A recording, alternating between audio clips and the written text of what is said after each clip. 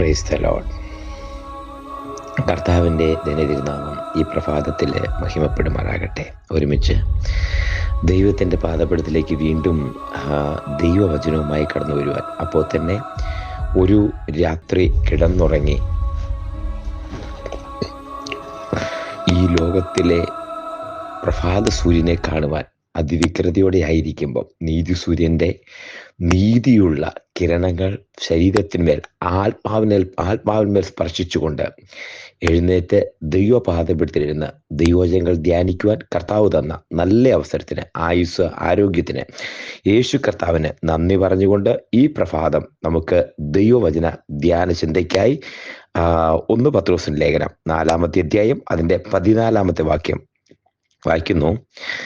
ക്രിസ്തുവിൻ്റെ നാമം ഹേതുവായി നിന്ന സഹിക്കേണ്ടി വന്നാൽ നിങ്ങൾ ഭാഗ്യവാന്മാർ. മഹത്വത്തിൻ്റെ ആത്മാവായ ദൈവാത്മാവ് നിങ്ങളുടെ മേൽ ആവസിക്കുന്നുവല്ലോ. നമ്മൾ വായിച്ചത് 1 Peter chapter 4 verse 14.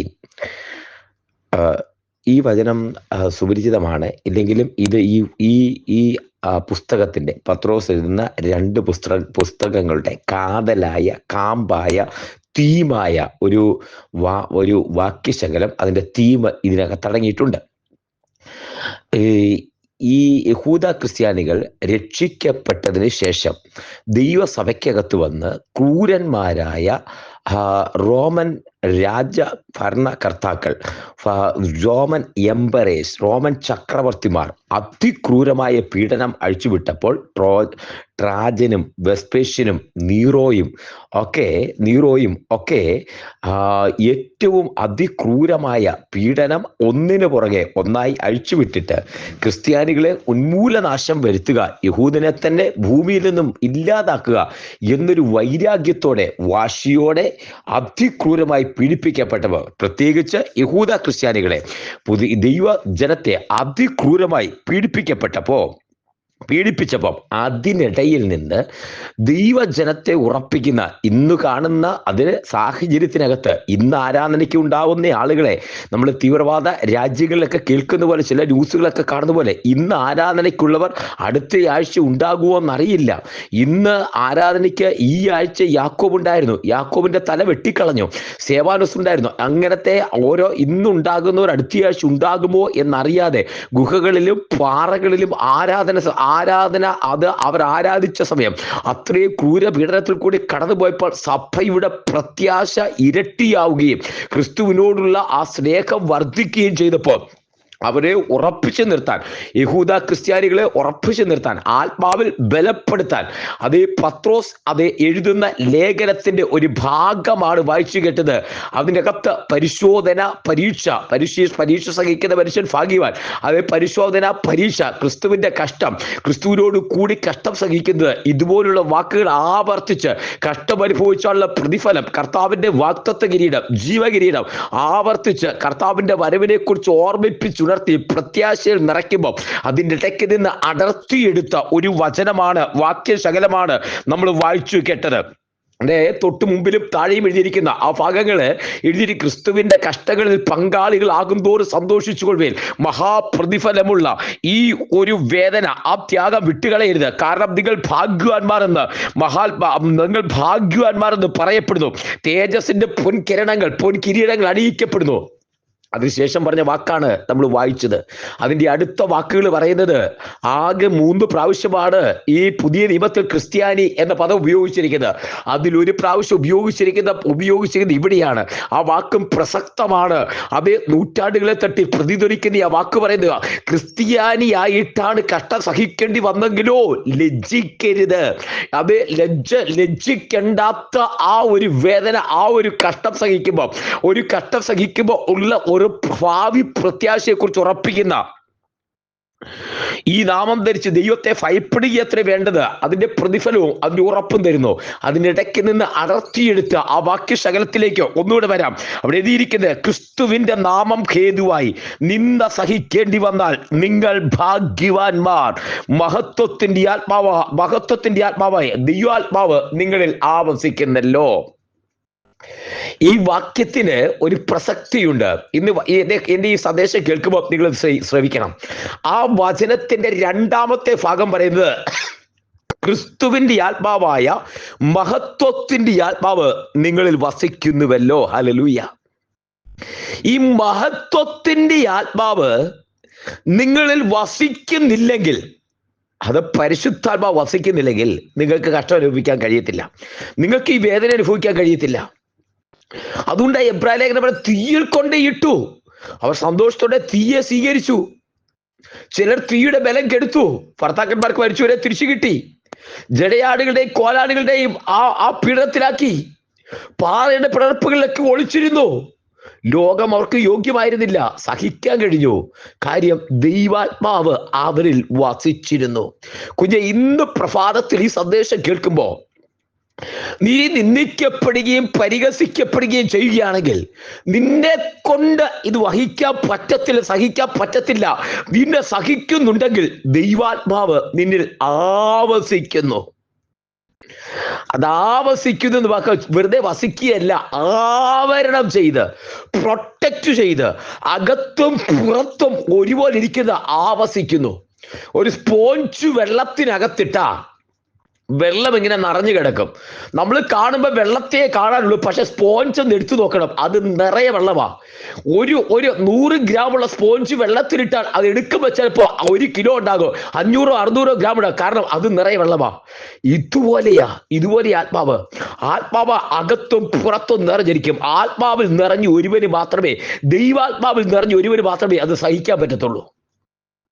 പോളികാർപ്പ് വിശുദ്ധ സഭാപിതാവിനെ അതേ തീക്കകത്തേക്ക് കൊണ്ട് കുന്തമുന കൊണ്ട് കുത്തിയിടുമ്പോ അദ്ദേഹത്തെ 80 വയസ്സ് പ്രായമുള്ള വയോധികനായ അദ്ദേഹത്തോട് പറഞ്ഞു, ക്രിസ്തുവിനെ തള്ളി പറഞ്ഞാൽ നിന്നെ ഇവിടെ നിന്ന് മോചിക്കാം, നിന്നെ മോചിപ്പിക്കാം, നിനക്ക് സ്വതന്ത്രമായ ജീവിതം നയിക്കാം. ആ മനുഷ്യൻ തീയുടെ അടുത്ത് നിന്ന് ഒരു കുന്തം കൊണ്ട് കുത്തി തീയിലേക്ക് ഇടുമ്പോ ആ മനുഷ്യൻ അവിടെ നിന്ന് പറഞ്ഞു വാക്കെന്താണെന്നറിയാമോ? അദ്ദേഹം പറഞ്ഞു, കഴിഞ്ഞ 80 വർഷക്കാലമായി ദൈവം എനിക്കൊരു ദോഷവും ചെയ്തില്ല, എന്നെ നടത്തി, ആ ആത്മാവിനെ തന്നെ പരിപാലിച്ചു. പക്ഷേ ആ ദൈവത്തെ എന്തിനെങ്കിലും വേണ്ടി തള്ളിപ്പറയാൻ എന്നെ കൊണ്ട് കഴിയില്ലെന്ന് പറഞ്ഞ് ആ പറഞ്ഞ നിമിഷത്തെ കുന്തം കൊണ്ട് കുത്തിയെടുത്ത് തീക്കകത്തേക്കിട്ടു. ഇങ്ങനെ തീക്കകത്തേക്കിടുമ്പോ അത് സഹിക്കാനുള്ള ആ കൃപ അത് തരുന്നത് ആവസിക്കുന്ന പരിശുദ്ധാത്മാവാ. ഹല്ലേലൂയ. അതുകൊണ്ട് ഈ പത്രോസ് ആത്മാവിലായി ഇത് എഴുതുന്നത്. ഈ പറയാൻ ഏറ്റവും യോഗ്യതയുള്ള മനുഷ്യനായത്. ക്രിസ്തുവിന്റെ കഷ്ടങ്ങളിൽ പങ്കാളികളാവും തോറും നിങ്ങൾ ഭാഗ്യവാന്മാർ. You are blessed. ആ ക്രിസ്തുവിന്റെ കഷ്ടങ്ങളിൽ പങ്കാളിയാണെങ്കിൽ നിങ്ങൾ ബ്ലസ്സഡ് ആണ്, അനുഗ്രഹിക്കപ്പെട്ടവരാ. കാര്യം എന്താണെന്നറിയോ?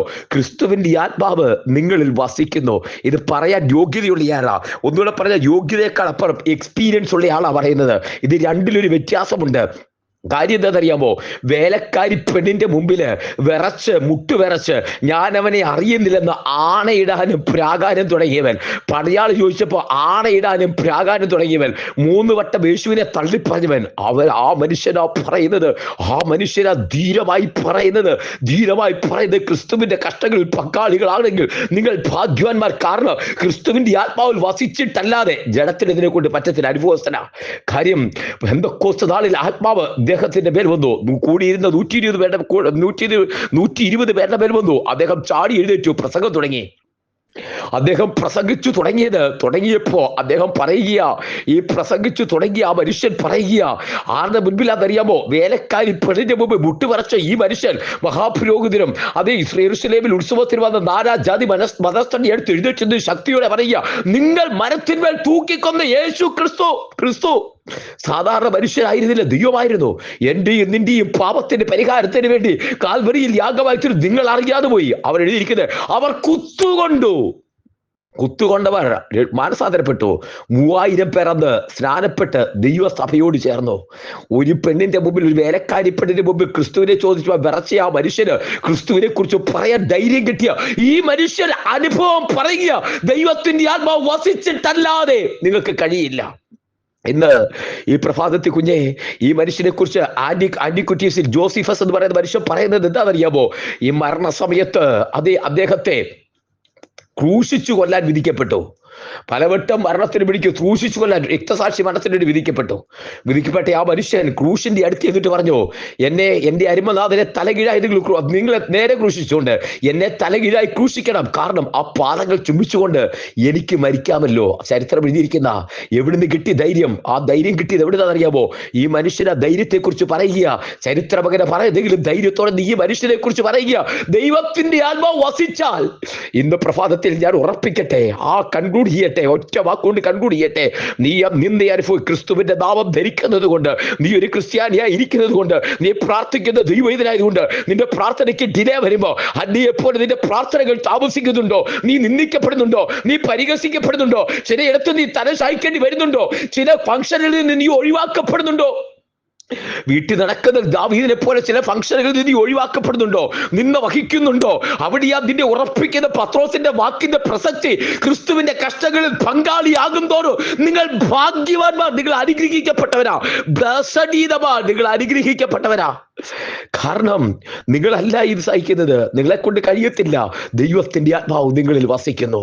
നിങ്ങൾ രോഗക്കിടക്കയിലാണെങ്കിൽ, രോഗം അനുഭവിക്കുന്നെങ്കിൽ, ഒരു വേദന അനുഭവിക്കുന്നെങ്കിൽ, പ്രാർത്ഥനയ്ക്ക് മറുപടി കിട്ടാതെ അങ്ങനെ ആയിരിക്കുന്നെങ്കിൽ, ഈ ക്രിസ്തുവിന്റെ കഷ്ടങ്ങളിൽ പങ്കാളിയാകും തോറും നിങ്ങൾ ഭാഗ്യവാന്മാർ. കാര്യം ക്രിസ്തുവിന്റെ ആത്മാവ് നിങ്ങളുടെ മേൽ വസിക്കുന്നേ. ഹല്ലേലൂയ.